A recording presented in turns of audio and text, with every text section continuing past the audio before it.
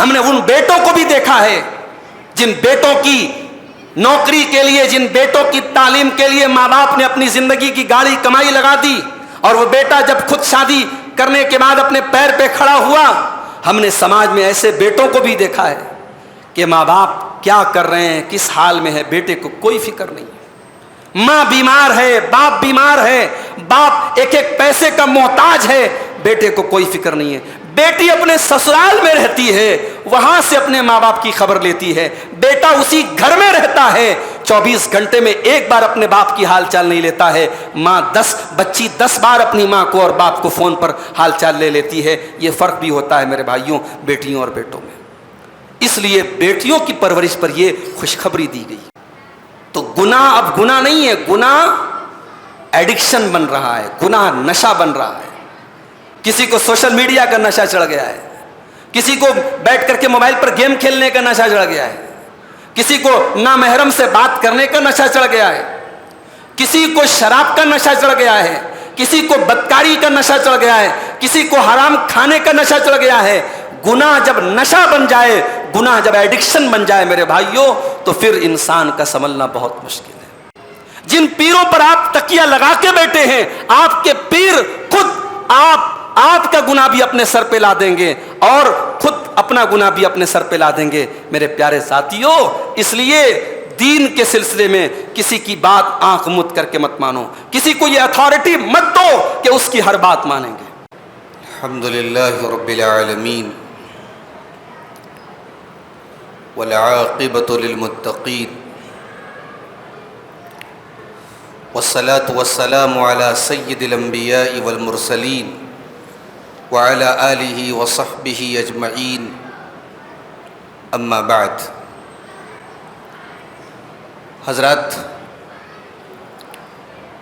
قرآن حکیم کے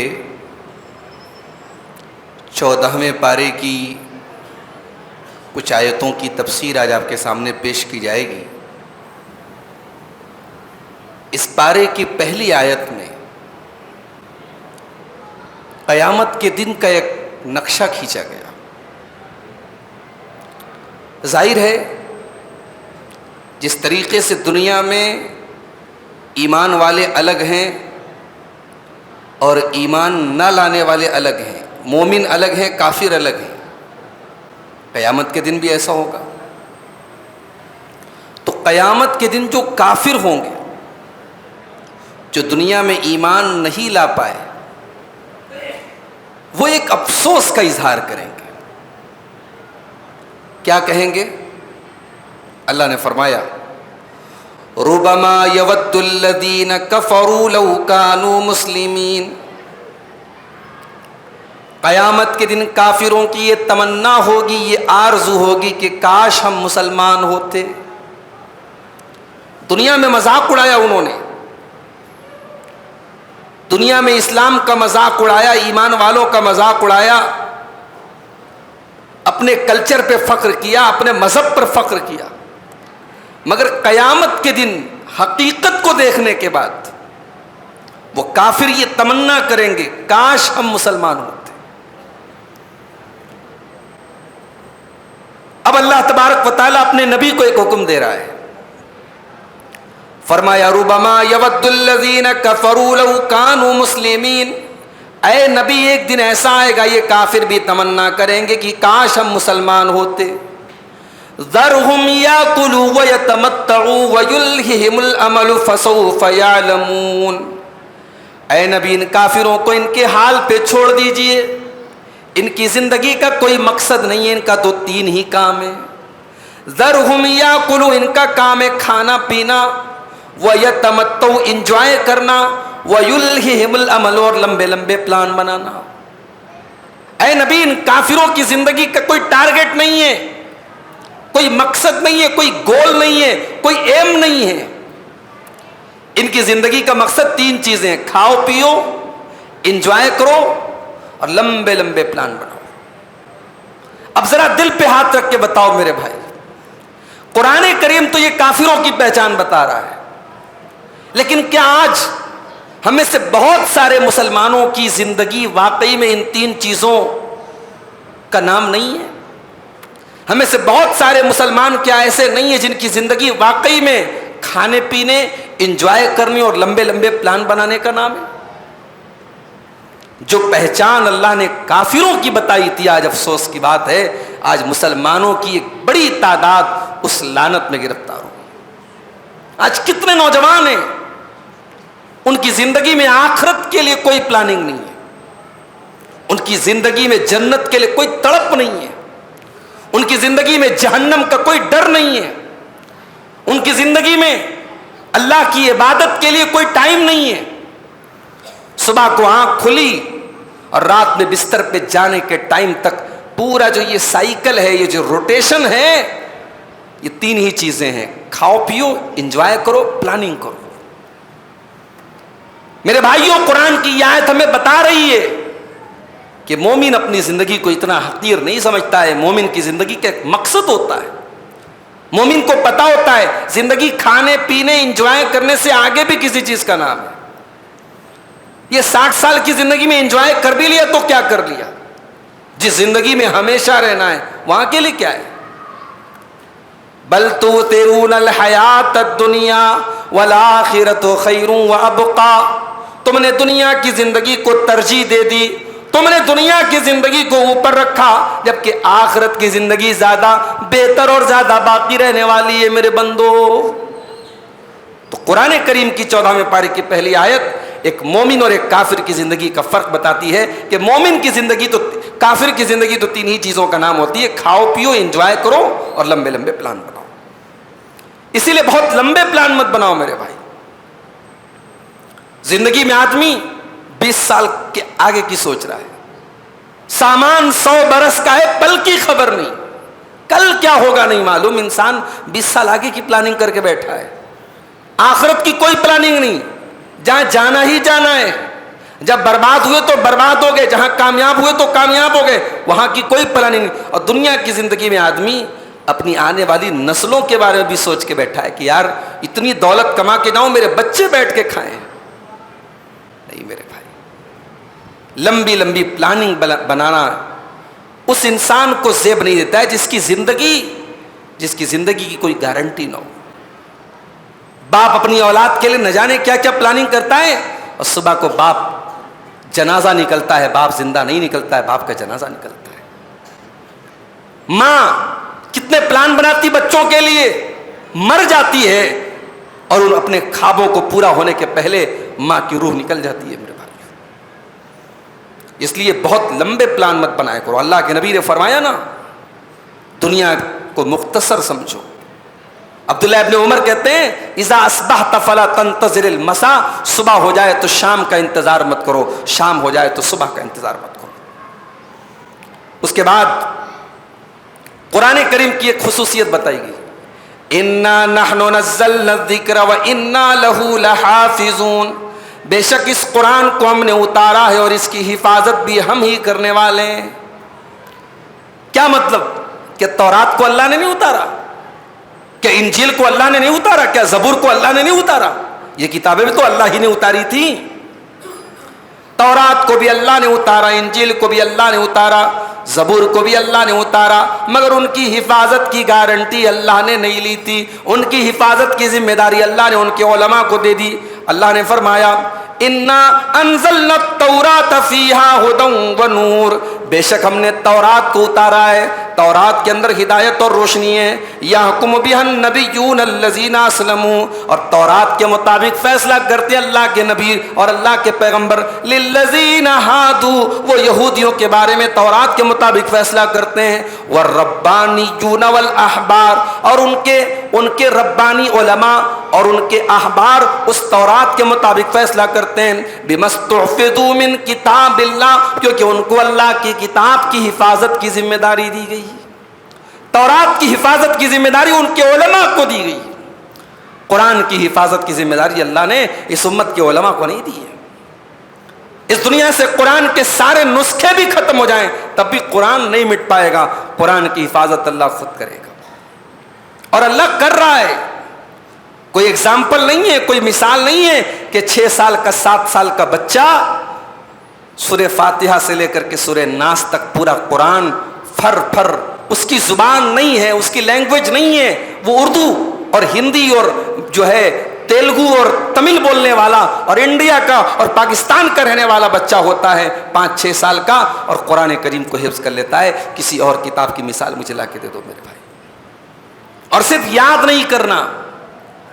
جو حافظ لوگ ہیں، کبھی آپ پوچھئے قرآن کریم کی کتنی آیتیں ایسی ہیں جو متشابہات جن کو کہا جاتا ہے، ملتی جلتی آیتیں. حافظ کا دھیان بھٹکا نہیں کہ پہلے پارے کے بجائے 9ویں پارے میں چلا گیا.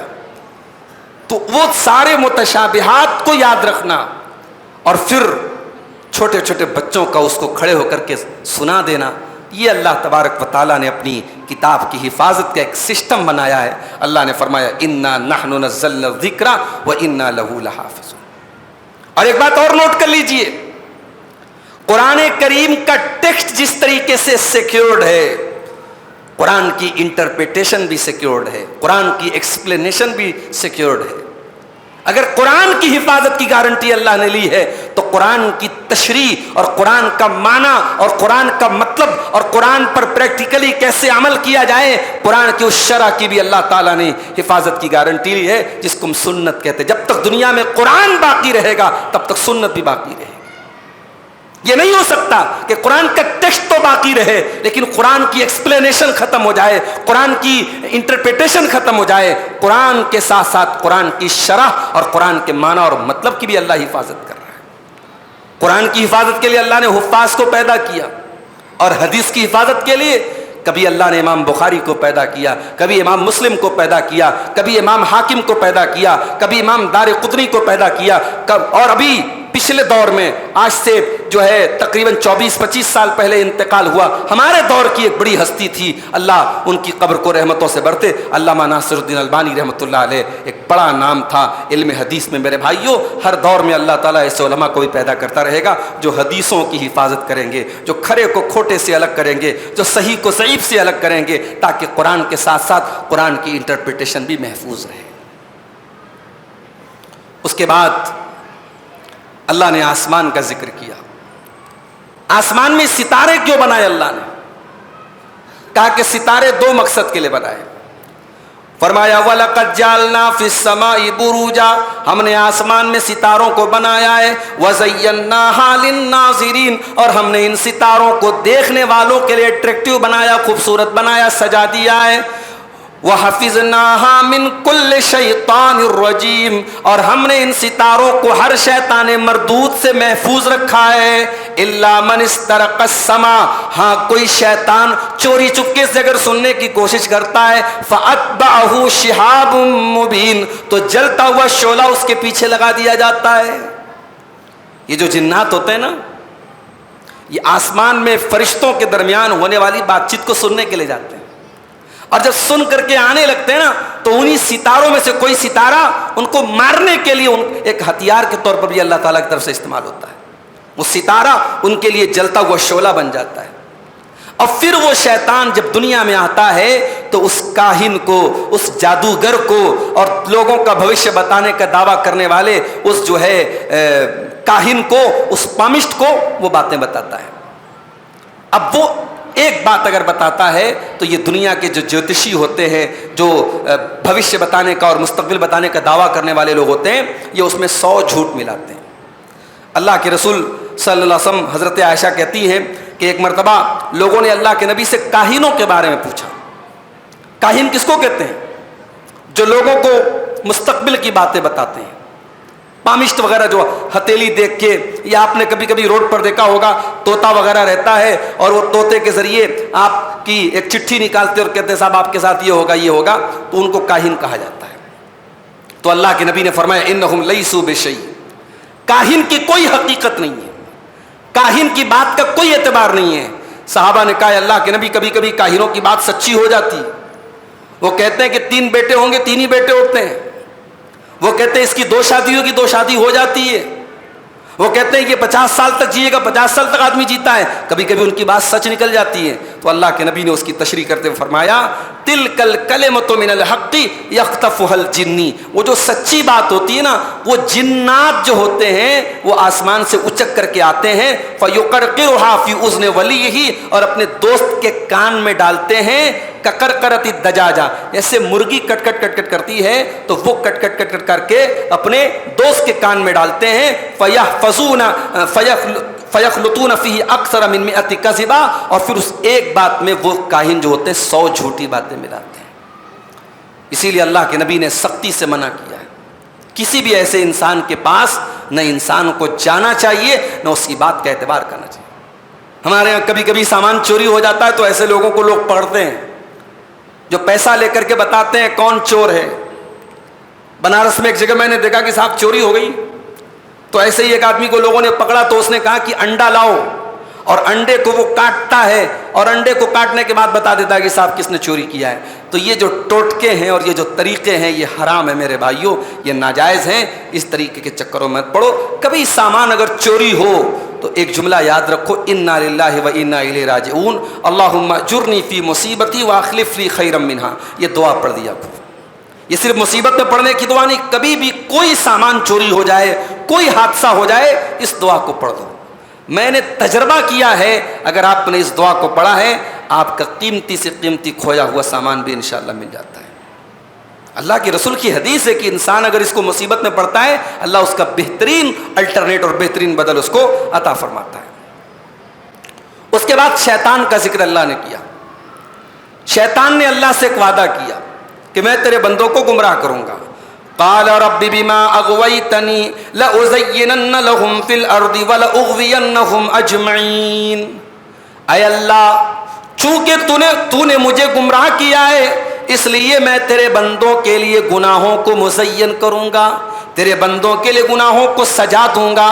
تیرے بندے جب گناہ کرنا چاہیں گے میں گناہ کو اتنا سجا دوں گا، گناہ کو اتنا اٹریکٹیو بنا دوں گا، تیرے بندے گناہوں کے چکر میں پڑ جائیں گے۔ وَلَأُغْوِيَنَّهُمْ أَجْمَعِينَ، اور میں تیرے سارے بندوں کو گمراہ کر دوں گا، إِلَّا عِبَادَكَ مِنْهُمُ الْمُخْلَصِينَ، لیکن اے اللہ تیرے کچھ چنے ہوئے بندے ایسے ہوں گے ان کے اوپر میرا کوئی کنٹرول نہیں چلے گا، جن بندوں کے اندر اخلاص ہوگا۔ یہاں اللہ نے مخلصین کا لفظ استعمال کیا۔ شیطان سب سے پہلے ہماری اور آپ کی نیت پر حملہ کرتا ہے میرے بھائی، اس لیے شیطان سے بچنا ہے تو سب سے بڑا ہتھیار کیا ہے؟ اخلاص پیدا کرو، اپنی نیتوں کو صحیح کرو۔ اور یہاں اللہ نے مخلصین نہیں کہا، مخلصین کہا۔ مخلصین مفعول کا صیغہ ہے۔ پتہ یہ چلا کہ اخلاص انسان کی اپنے بس کی بات نہیں ہے، اخلاص کی توفیق اللہ دیتا ہے، انسان کی اوقات نہیں کہ اس کے اندر اخلاص پیدا ہو جائے، اخلاص کی توفیق اللہ دیتا ہے۔ اس لیے اپنے اندر اخلاص پیدا کرو میرے بھائی، شیطان کے فتنوں سے آپ محفوظ رہیں گے۔ اس کے بعد جنت کا ایک اللہ نے نقشہ کھینچا۔ جب جنتی جنت میں جائیں گے تو ایک خاص بات یہ ہوگی کہ جنت میں کسی جنتی کے دل میں دوسرے جنتی کے لیے کوئی کینہ کپٹ نہیں ہوگا۔ دنیا میں ہوتا ہے ایک انسان نیک ہے، دیندار ہے، مگر دوسرے انسان سے کہیں نہ کہیں کینہ اور جلن اور کپٹ اس کے دل میں ہوتا ہے کہ نہیں ہوتا ہے؟ اچھے اچھے لوگوں کے دل میں ہوتا ہے۔ اللہ فرماتا ہے ان المتقین فی جنات وعیون، بے شک متقی لوگ جنت میں جائیں گے اور وہاں بڑے بڑے باغات ہوں گے، بڑے بڑے چشمے ہوں گے۔ ادخلوها بسلام آمنین، اور ان جنتیوں سے جب وہ جنت میں جائیں گے ان سے کہا جائے گا تم جنت میں داخل ہو جاؤ سلامتی کے ساتھ اور امن کے ساتھ۔ وَنَزَعْنَا مَا فِي صُدُورِهِم مِّن غِلٍّ، اور ان کے سینوں میں جو کینہ کپٹ ہوگا ہم اس کینے کپٹ کو نکال دیں گے۔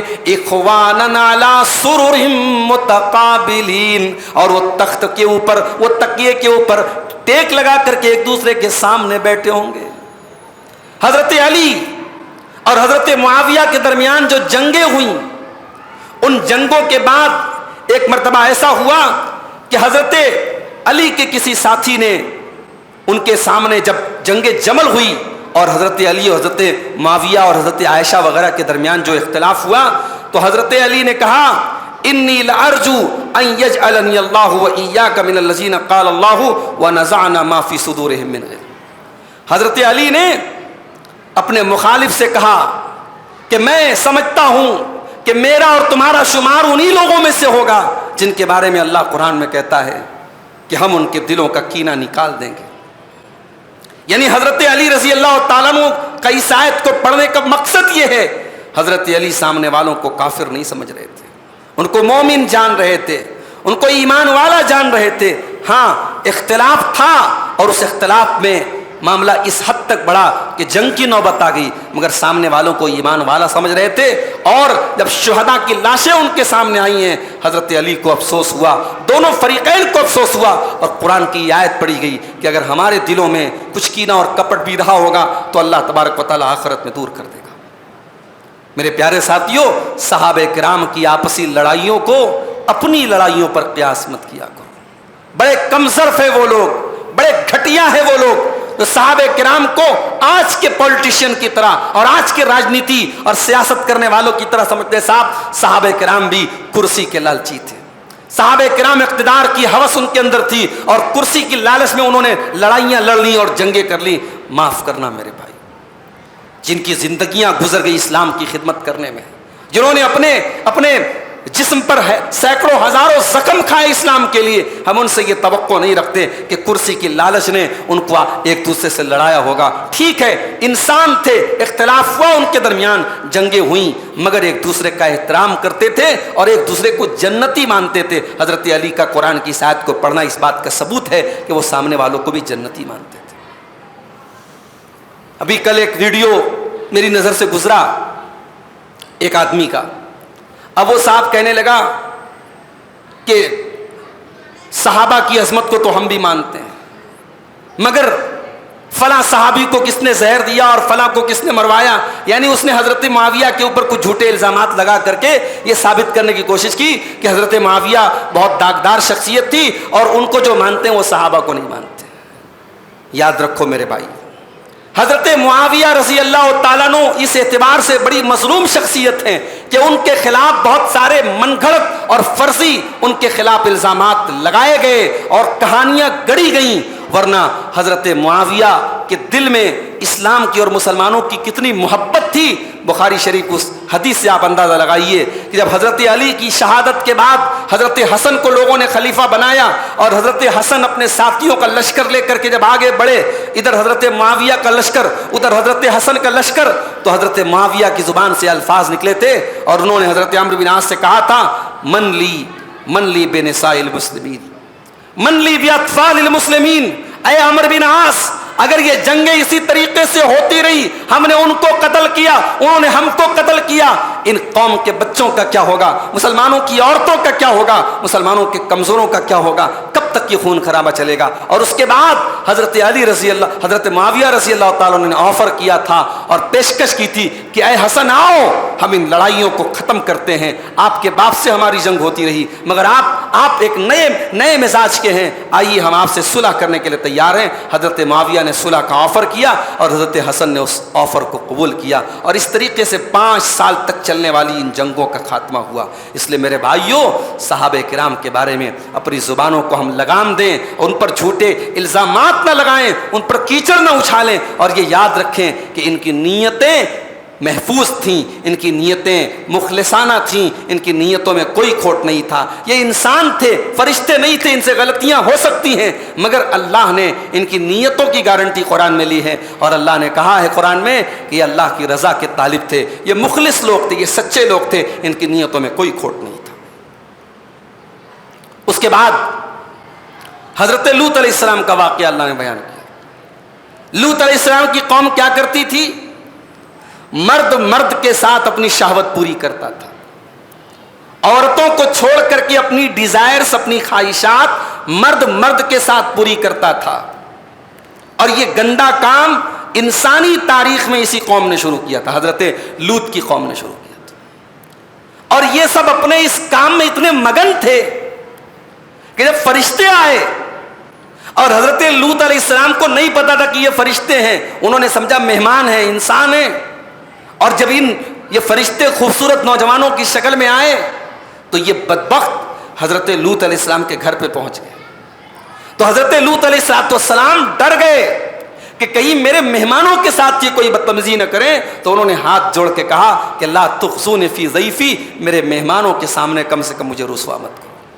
تو اس موقع پر بھی ان لوگوں نے کہا تھا کہ اے لوط, تو جانتا ہے ہمیں عورتوں کی کوئی حاجت نہیں ہے, ہمارے اندر عورتوں کی کوئی خواہش نہیں ہے, ہمیں ہمارا مزاج تو جانتا ہے, ہماری ریکوائرمنٹ تو جانتا ہے, اس لیے اپنا لیکچر ہمیں تو مت پلا, تو بڑا پاک صاحب بنتا ہے تو چلا جا, ہمیں تیرے لیکچر کی کوئی ضرورت نہیں.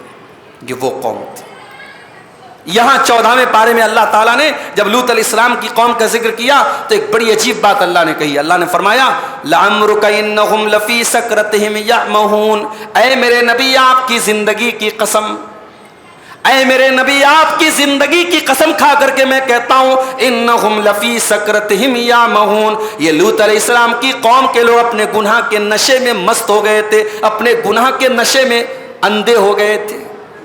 دیکھو اگر انسان گناہگار ہے تو توبہ کر سکتا ہے, انسان اگر گنہگار ہے تو اصلاح کی گنجائش ہے, لیکن جب گناہ کا نشہ چڑھ جائے تب اصلاح کی پاسبلٹی بہت کم ہے. لوط علیہ السلام کی قوم گنہگار نہیں تھی, گناہ کے نشے میں پڑ گئی تھی, گناہ کا نشہ چھا گیا تھا. اللہ کہہ رہا ہے اے نبی آپ کی عمر کی قسم, آپ کی زندگی کی قسم, وہ لوگ تو گناہ کے نشے میں پڑ گئے تھے. آج بھی آپ دیکھیں بہت ساری چیزوں کا نشہ چڑھ گیا ہے.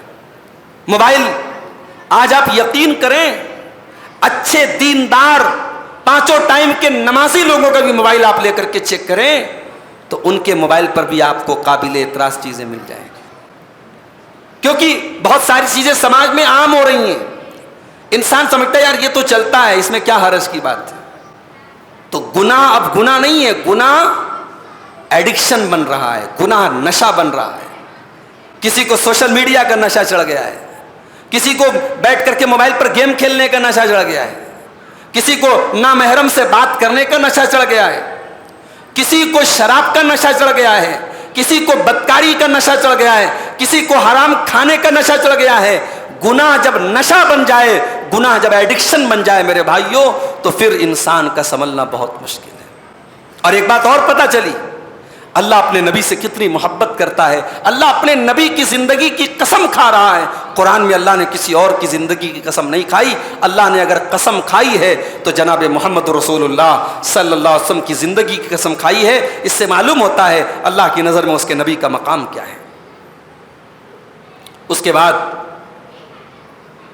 سورۃ النحل شروع ہوتی ہے, اور سورۃ النحل میں اللہ تبارک و تعالی مشرکین کا ذکر کرتے ہوئے فرماتا ہے والذین یدعون من دون اللہ لا یخلقون شیئا وهم یخلقون, یہ لوگ اللہ کو چھوڑ کر کے جن کو پکارتے ہیں یہ تو پیدا کیے گئے ہیں.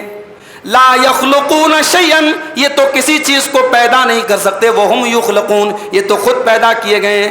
اموات غیر احیاء, یہ تو مرے ہوئے لوگ ہیں, یہ زندہ نہیں ہیں, یہ مردہ ہیں, یہ زندہ نہیں ہیں. وما یشعرون ایان یبعثون, ان کو تو یہ بھی نہیں پتا کہ یہ مرنے کے بعد کب اٹھائے جائیں گے.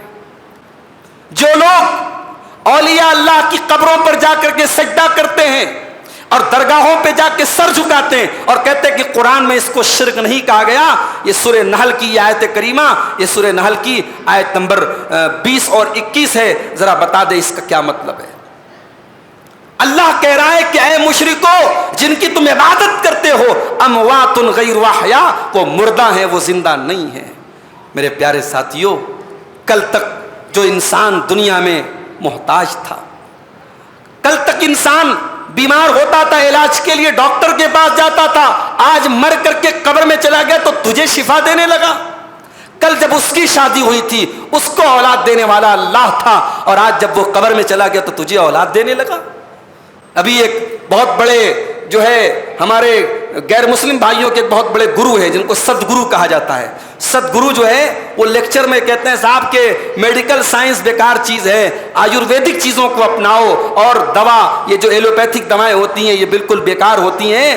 آج سدگرو جب بیمار ہوئے ان کو ہاسپٹلائز کیا گیا اور تمام ایلوپیتھی کے ڈاکٹر ان کا علاج کر رہے ہیں. تو لوگوں نے اس پر بڑے میمز بنائے کہ صاحب زندگی بھر تو سدگرو نے جو ہے لوگوں کو لیکچر دیا کہ صاحب ایلوپیتھ کا استعمال مت کرو, میڈیکل سائنس بیکار چیز ہے, ڈاکٹروں کی کوئی حیثیت نہیں ہے, اور آیوروید کے اندر بڑی طاقت ہے اور یوگا کے اندر بڑی طاقت ہے، اور آج جب وہ خود بیمار ہوئے ہیں تو ایلوپیتھ کا سہارا لے رہے ہیں۔ تو میرے بھائیوں، جو انسان زندگی بھر دوسروں کا محتاج رہتا ہے، مرنے کے بعد اس کی 2 گز اونچی قبر بنا دی جاتی ہے اور اس کے نام کے ساتھ لکھ دیا جاتا ہے صاحب یہ بہت بڑے بابا تھے اور یہ بہت بڑے اللہ کے نیک بندے ہیں، اور ہر جمعرات کو صاحب عورتیں آ رہی ہیں، مرد آ رہے ہیں اور ان کی جو ہے پوجا پاٹ شروع ہو جاتی ہے۔ یہ بڑی کڑوی حقیقت ہے میرے بھائی۔ آپ کے کرنول شہر میں آپ نکلیں ذرا، آپ کو قدم قدم پر ایسے آستانے مل جائیں گے جہاں مرادیں پوری ہو رہی ہیں، اور کتنے شہر ہیں ہندوستان میں جہاں جو ہے لوگ اپنے مرادوں کو پورے کرنے کے لیے اپنی مشکلات کو لے کر کے جاتے ہیں اس عقیدے کے ساتھ کہ اس درگاہ پہ ہم جائیں گے ہماری مشکل دور ہو جائے گی۔ اسی لیے مولانا الطاف حسین حالی نے کہا تھا، کرے غیر گر بت کی پوجا تو کافر، کواکب میں مانے کرشمہ تو کافر، جو ٹھہرائے بیٹا خدا کا تو کافر، جھکے آگ پر بہر سجدہ تو کافر۔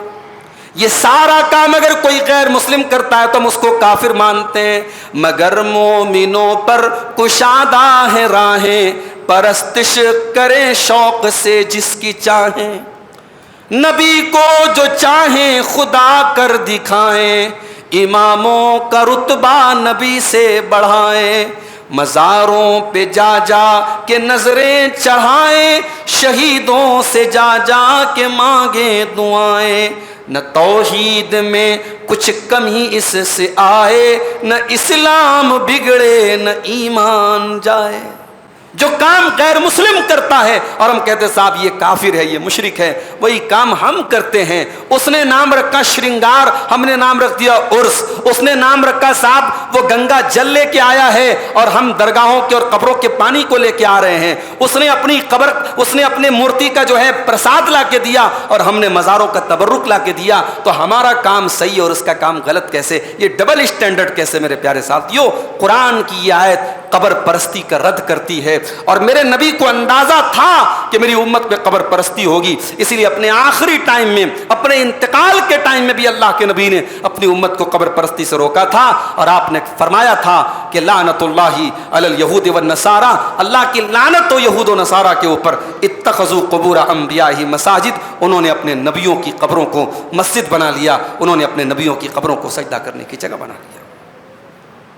اس کے بعد ان لوگوں کا رد کیا گیا جو یہ کہتے ہیں کہ صاحب ہمارے پیر صاحب ہمیں بچا لیں گے، فلانے کا دامن پکڑ لیں گے وہ بچا لیں گے، فلانے کی ٹوپی ہمارے سر پہ ہوگی ہم بچ جائیں گے قیامت کے دن، ہم فلانے کے مرید ہیں ہمارے پیر صاحب ہمیں بچا لیں گے۔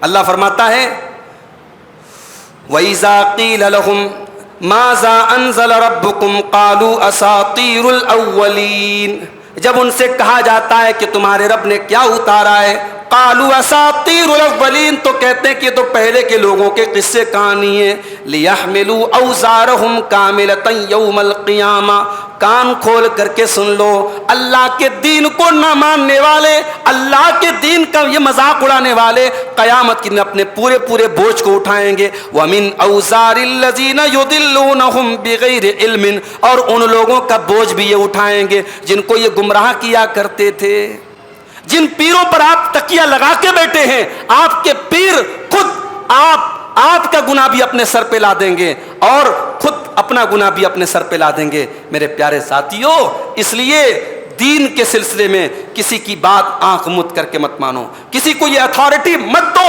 کہ اس کی ہر بات مانیں گے۔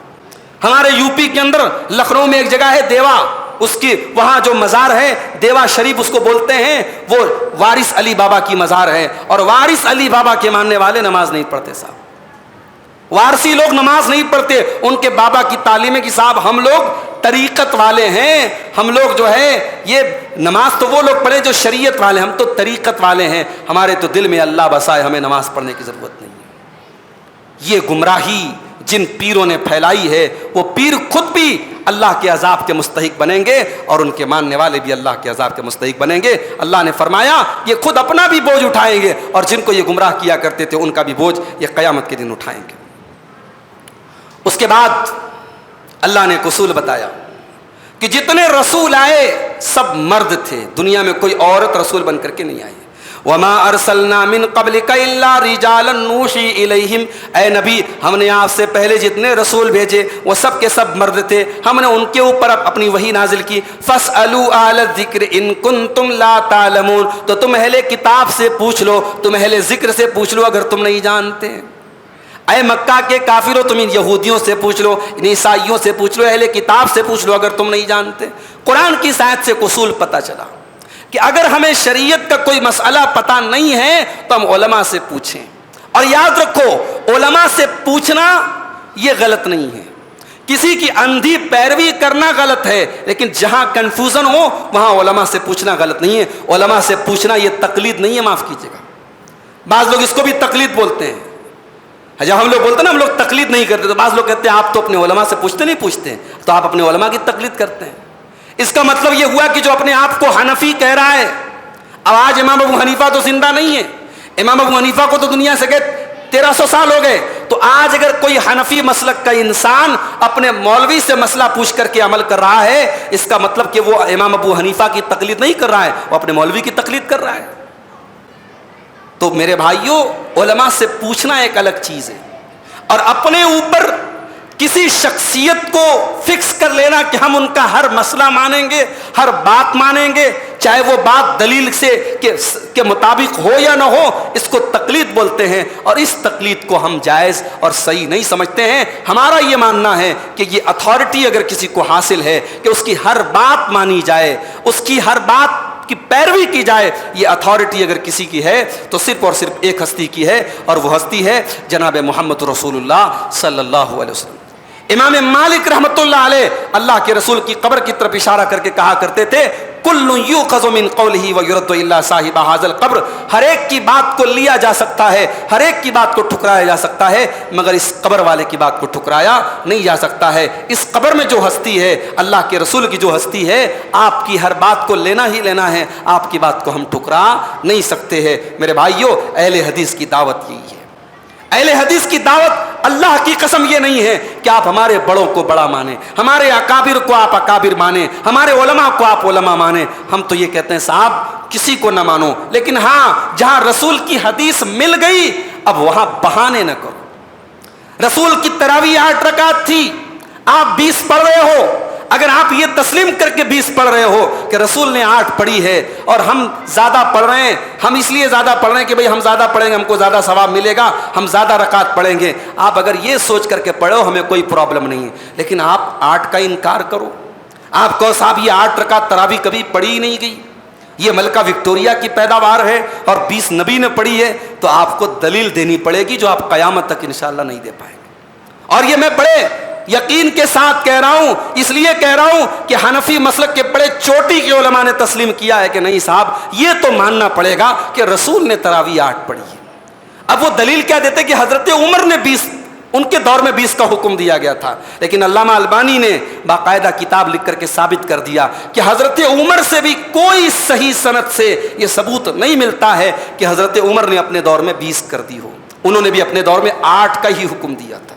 ہاں بعد میں جب تابعین کا دور آیا اور تابعین کے دور میں ایک سوچ یہ آئی، ایک اجتہاد یہ آیا، ایک نظریہ یہ آیا کہ بھئی تراویح کی نماز ایک ایسی نماز ہے جس کی اللہ کے نبی نے حد بندی نہیں کی ہے، اس کی کوئی لمٹ نہیں بنائی ہے۔ اللہ کے نبی نے اگرچہ 8 پڑھی ہے مگر آپ کی یہ بھی حدیث ہے کہ رات کی نماز 2 رکعت ہے، اور جس کو یہ ڈر ہو کہ صبح ہونے والی ہے وہ 1 رکعت وتر پڑھ کے نماز ختم کر دے۔ تو ان حدیثوں کو دلیل بنا کر کے بہت سارے لوگوں نے تابعین کے دور میں 20 ہی نہیں 36 بھی پڑھی ہے۔ امام مالک کہتے ہیں میرے دور میں 36 پڑھی جاتی تھی مدینہ کے اندر، مسجد نبوی کے اندر۔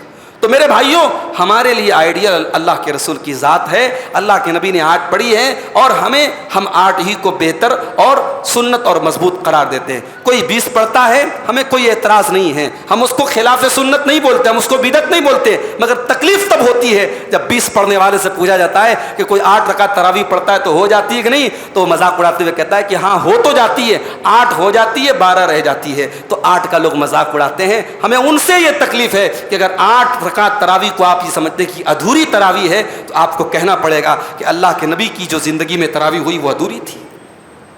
تو آج حدیثوں پر عمل نہ کرنے کے لوگ بہانے بیان کرتے ہیں. رفع الیدین کی حدیث پیش کرو تو لوگ بہانے کرتے ہیں, صاحب اچھا تو آپ اس چیز کا ثبوت حدیث سے دے دیجئے, اس چیز کا ثبوت حدیث سے دے دیجئے. بھائی جس چیز کا ثبوت ہم دے رہے پہلے اس پر تو عمل کرو. اگر آپ رفع الیدین کی صحیح اور کلیئر حدیثیں مل رہی ہیں اور آپ نہیں مان رہے ہو, اور اللہ کے رسول کی صاف حدیثیں سامنے اور پھر بھی آپ نہیں مان رہے ہو, تو آپ بتاؤ کہ ایسے انسان کے ایمان کا کیا ٹھکانہ ہے جس کے سامنے نبی کی صحیح حدیثیں آ جائیں اور وہ انکار کرے اور وہ تعویل کرے اور اس کو گھمانے پھرانے کی کوشش کرے. قرآن کی ان آیتوں کا آپ کیا جواب دیں گے جس میں اللہ کہتا ہے وَمَا كَانَ لِمُؤْمِنٍ وَلَا مُؤْمِنَةٍ إِذَا قَضَى اللَّهُ وَرَسُولُهُ أَمْرًا أَن يَكُونَ لَهُمُ الْخِيَرَةُ مِنْ أَمْرِهِمْ, کہ جب مومن کے سامنے اللہ کا فیصلہ آ جائے, رسول کا فیصلہ آ جائے, تو مومن اگر مگر چوں چرا نہیں کرتا. تو ہم علماء سے پوچھنے کو صحیح کہتے ہیں, ہم تقلید شخصی کو صحیح نہیں سمجھتے ہیں. کسی کی تقلید کرنا, کسی کی اندھی پیروی کرنا اور کسی کو یہ اتھارٹی دینا کہ اس کی ہر بات مانیں گے, اہل حدیث اس کو صحیح نہیں سمجھتا ہے. اسی کا نام تقلید شخصی ہے جو کہ صحیح اور مناسب نہیں ہے. اس کے بعد ایک آیت اور ہم پڑھ کے بات ختم کرتے ہیں. عرب کے بعض قبیلے ایسے تھے کہ وہاں لڑکیاں جب پیدا ہوتی تھیں تو ان کا چہرہ جو ہے کالا پڑ جاتا تھا. بیٹی جس گھر میں پیدا ہوتی تھی بیٹی کے باپ کا چہرہ کالا پڑ جاتا تھا. اللہ نے فرمایا وَإِذَا بُشِّرَ أَحَدُهُمْ بِالْأُنثَىٰ, جب ان کو بیٹی کی خوشخبری سنائی جاتی تھی, ظَلَّ وَجْهُهُ مُسْوَدًّا وَهُوَ كَظِيمٌ, تو بیٹی کے باپ کا چہرہ کالا پڑ جاتا تھا. يَتَوَارَىٰ مِنَ الْقَوْمِ مِنْ سُوءِ مَا بُشِّرَ بِهِ, اور وہ بیٹی کا باپ اپنا چہرہ اپنی قوم سے چھپایا کرتا تھا. أَيُمْسِكُهُ عَلَىٰ هُونٍ أَمْ يَدُسُّهُ فِي التُّرَابِ, وہ سوچ میں پڑ جاتا تھا کیا کروں, اپنی بیٹی کو اگر پالتا ہوں تو سماج میں ذلت سہنی پڑے گی, اور دوسرا راستہ یہ کہ اپنی بیٹی کو اپنے ہی ہاتھوں زمین میں دفن کر دیتا ہوں. یہ سلوک ہوتا تھا دنیا میں بیٹی کے ساتھ.